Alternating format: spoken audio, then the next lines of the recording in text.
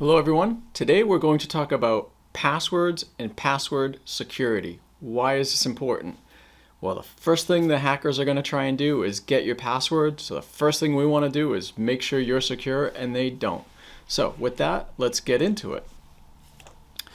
So we're going to talk about password security and how it's going to protect your organization. A little bit about us. We are Braver Technology. We're a managed service provider up here in the Northeast. We've been around for 30 years. We handle all sorts of MSP related services, as you can see on the left, and all sorts of industries, as you can see on the right. Basically, we're amazing. All right, so cybersecurity. So we are offering for everybody a free cybersecurity training. Why do we do this? Because being protected is incredibly important. Keeping your staff protected is incredibly important, and keeping the industry is incredibly important. We want to make sure that your safety is the number one goal and the number one thing that is on the top of your mind and all of your users' mind. To that end, we post all of our cybersecurity webinars up on our website for free for everybody. Here's how you get them. No mystery, no sign-up form, nothing. You go in, you watch them. We want you to be safe. We don't want you to have to go through a gated equipment, anything like that. You go there, it's free. Use it for everybody in your team, everybody in your training.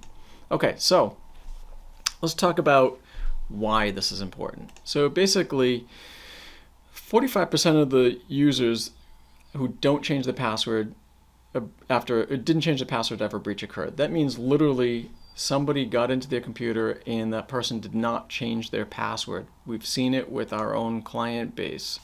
So as you can see, large percentage of the organizations have not implemented MFA.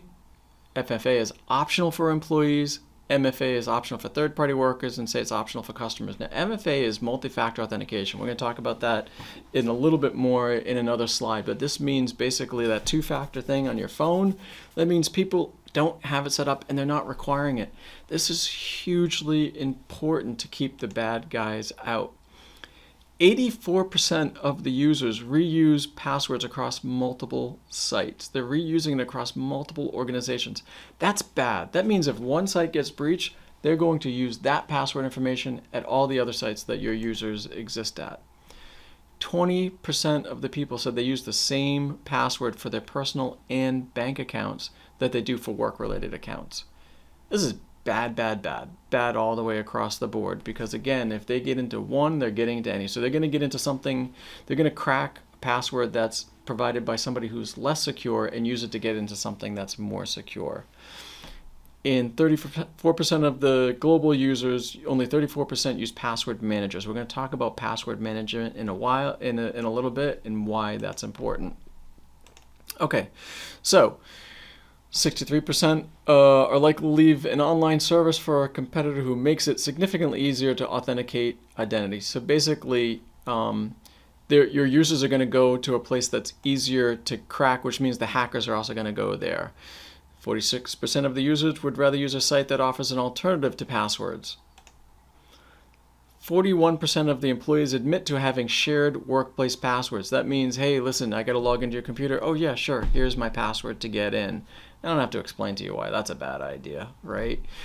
And 34 of them have shared passwords with their family members. That means they took your work password and gave them to people at home. This is a fun one. Same survey said that of those people, 42% of the employees felt that sharing a password should be a fireable offense. So they're sharing it, but they also think they should be fired for sharing it. All right, let's look at this one. Now, these are the top worst offenders. Now I'm going to tell you, Jen is our marketing person who came up with these slides. And the first time she showed me this slide, I said, Jen, this looks like BS. This doesn't look like a real slide. I'm like, I need you to verify that this is true. And she did. And she came back and said, no, this is actually a legit source. I had to put NordPass up there just to prove that it's a legit source. These are the common passwords that people have. These are the times to crack it and the number of people that have those passwords. How crazy is that? This is how long it takes you to crack a password. So if a password only has 4 characters or 11 or less characters, only numbers, it takes literally seconds for them to crack that password. as you can see, as you get more complex, it becomes more and more difficult to crack a password. So the more characters you add and the more complex you make the password, the more secure that password is. Why is that? Well, essentially, the hackers are going to keep trying what's called a brute force attack. They're going to keep trying different passwords, numbers, letters, everything like that. So the less combinations that they have, like on a safe, if the safe had a 2-digit combination, it's a hell of a lot easier to crack than a safe that had a 20-digit combination. It's the same theory. As tougher the password is to crack, now add into that safe combination, if you could add in letters and special characters and everything like that, think of how tough it would be for a hacker to get into it. Same thing with your password. Common technique. So here's a common technique that the hackers are going to use. So basically, we're using passwords across the site. Again, what will happen, let's say you have the same password for Facebook that you have for your work account, that you have for your bank account. Well, what would happen is, let's say Facebook gets hacked and somebody gets the password for Facebook. They're going to use that password on everything else that they know you have. And guess where they're going to find it out? Facebook. It's all right there. Here's where I work. Here's where I go. Here's where I went the afternoon. They're going to start using all of that on your Best Buy account, your Chase account, your bank account, your financial savings account, everything. They know that you're going to use that same password or version of that password everywhere. We're going to talk in a bit later on how to get into random passwords in a little bit. All right, next. Cracking security questions. We're going to go into that in a little bit and how to make those security questions tighter. That's going to be really cool. Social engineering. We have a whole session on social engineering, but social engineering is basically somebody's going to call you up and they're going to pretend to be somebody that they're not in order to get information from you. Our full cybersecurity seminar has a lot more information on social engineering. We have that one coming in October as well. It's also up on our website to go through, but there are huge victims and huge ways to get socially engineered that are very easy using common day information. Dictionary attacks are like brute force attacks, but they use words in the dictionary to attack, which is so they're going to be common words that you might use in your everyday life. They're going to include those dictionary attacks in there. And just guessing simple passwords. Showed you a couple slides ago all of the basic, what the most common passwords are.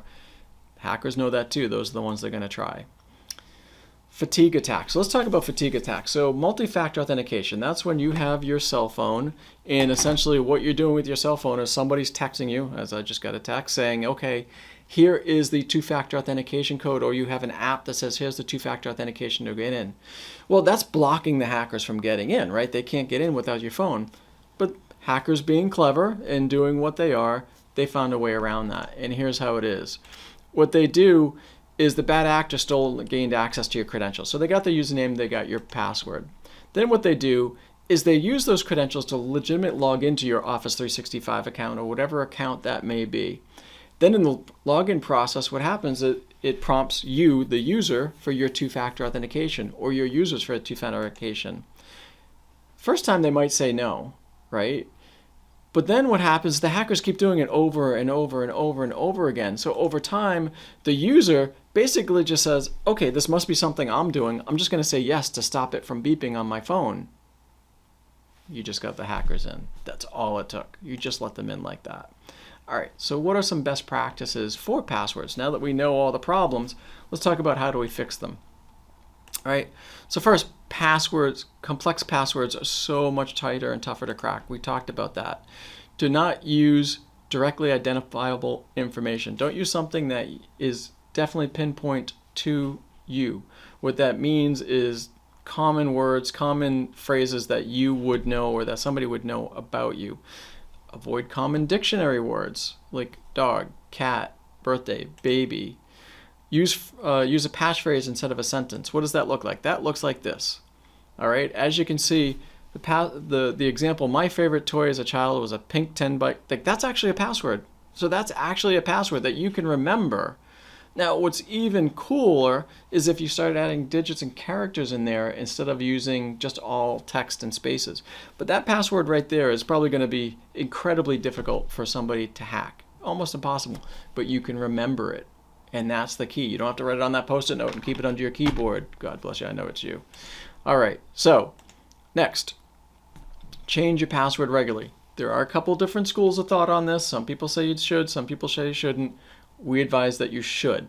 You should change your passwords regularly on a regular basis, because if those passwords get out in the wild, a lot of times by the time they get discovered out in the wild, you've already changed it on your system, so it's a moot point. Never share your password. This one seems obvious, but I gotta say it, right? Don't use personal information in your password. Don't use your birth date. Don't use your kid's name. Don't use your pet's name. Don't use those type of things. Don't reuse your passwords. Customize it so that it's each a little bit different per account. Better yet, use a password manager, which we're going to talk about in a little bit, but make them different. Make them so they're not the same. So if somebody cracks one, they don't automatically have the password into everything. Again, here's some password changes that you could do. Humpty Dumpty sat on a wall is good, but look what we did is with the Humpty Dumpty in there. We put in different characters, different character sets to make it more complex. The more critical the account that you're trying to get into, the more complex your password should be. All right, so let's talk into password security. So username and passwords are your digital keys to get in, right? Like, so that, you have the lock on the door, you have key 1, key 2 going through for media and banking. Most of them would never hand over that information, so you're not going to just hand over that information to somebody, and you want to keep them safe. So that's where we want to turn off where we hand over that information. One of those parts that get handed over is in your web browsers. We suggest not putting on the autofill on your web browser, because what you're doing is handing over that information from you to your browser and allowing them to store it up in a central vault or on your key. What happens is it stores it on the local computer. The local computer keeps it in a hash that the attackers can go and get at that local computer. You don't want your passwords on your local computer. This is what a browser does. All right. Next, multi-factor authentication. So these are the types of authentication you have. So a knowledge factor or multi-factor is something that only you would know. Possession is keeping a device, right? Biometric would be thumbprint, eye scan, retinal, stuff like that. Location is geo-referencing. That's really cool. That means that there's certain accounts, and if you get a higher level of Office 365, you can do this. It says, hey, listen, only people in this geographical range who are located here can log into the account. So if you're in Nigeria, you can't log in. And then a time factor is another handy one. If you know your workforce is only supposed to work from 8 a.m. to 5 p.m., you can actually lock that account so that's only accessible from 8 a.m. to 5 p.m. Nowadays, people work long hours all over the place, so obviously that's not always going to be the case. But for certain people, certain positions, it could be very useful. All right, security questions. So we're going to talk about security questions. So essentially, security questions, sometimes you have the option to choose them, sometimes you don't. These are the security questions that come into play. Well, let's take a step back to my Facebook example, right? So let's say your Facebook was cracked and they got your username and your password for Facebook. So we have a twofold problem. One, we're worried about your users using that same password that they use for Facebook and using it on other accounts, because now I'm just going to try and log in everywhere with that username and password, right? I'm going to try your email address and your password. But also, guess what happens when they get into Facebook? All of the answers to these security questions are typically going to be in your Facebook account.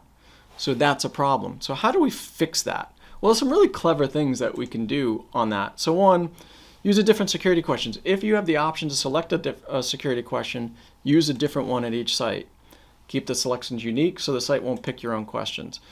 Use special characters in your answer. This is really clever. So let's say, what street did you live on? And you put in North Street. Well, instead of using an O for North, use a 0, right? Use special characters within the answer. Genius, right? Like, really simple, but genius. That way it's going to be tougher for them to crack. Use fictitious information, right? What town did you grow up in? Put Metropolis, put Gotham.